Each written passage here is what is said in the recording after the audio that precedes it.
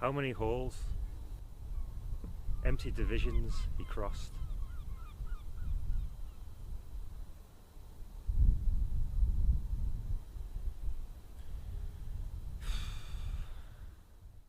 How high would you say that is? I don't know. Pretty high, isn't it? I mean, Yeah. it looks very easy to climb.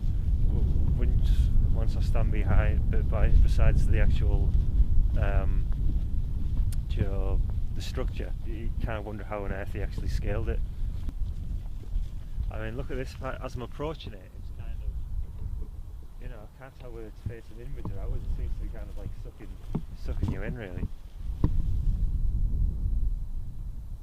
How many holes, empty divisions he crossed, just because. All the places I thought we'd go, I put it off, just because. All the places I'll have to go alone, if I don't, put it off. That place you're supposed to go doesn't exist. Just in fuck. Yeah, so Jim is the first person to climb this, traverse it, cross over it. As far as I know, the only person. His brother contacted the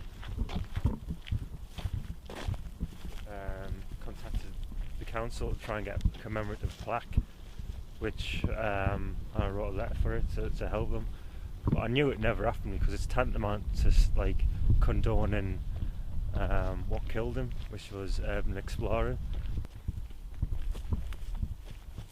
I mean, first things first is how did he even get up on the plinth? I mean, when you look at those structures, they look about 6 foot apart. I mean, how did he climb across it, really? I've no idea. That place he's gone. It doesn't exist. Just a division marking nothing except that hole he left. My first.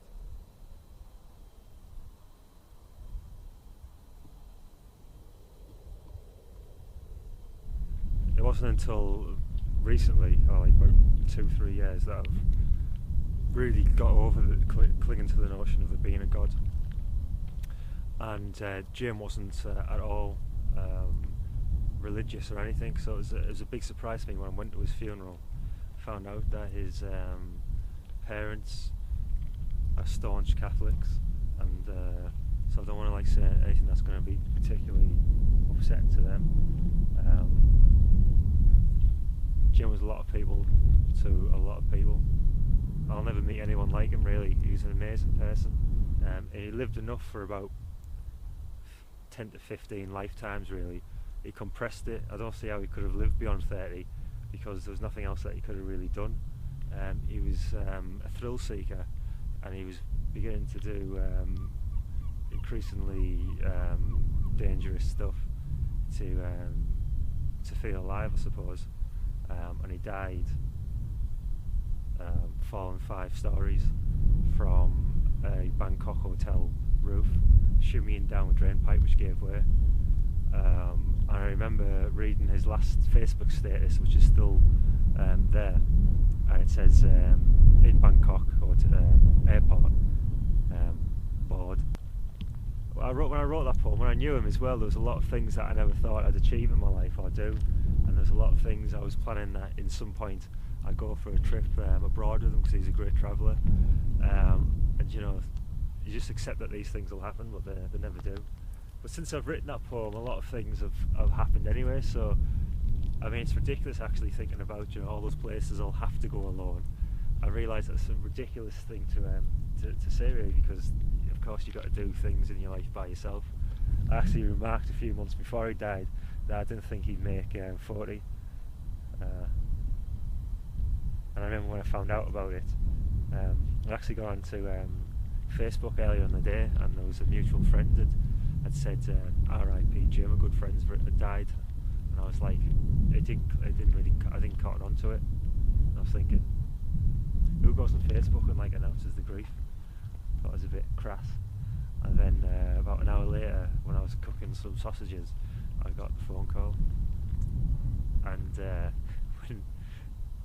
when John said on the other end, it's Jim, I knew, but I also didn't believe it. I feel like I've been doing it too much with gravitas, you know, taking it a little bit too seriously. I'll be trying to be a little bit more relaxed.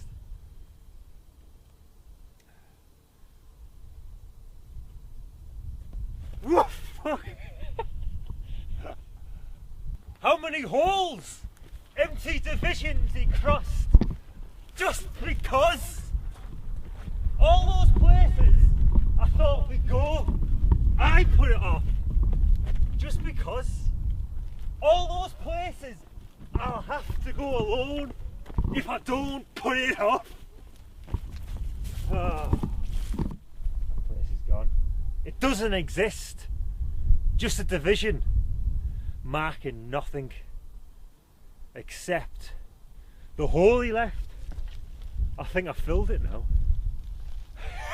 I don't care anymore. He's dead. At the end of the day, what can you do about it? He had his time, he used it well, and life's for living. Let's go somewhere else.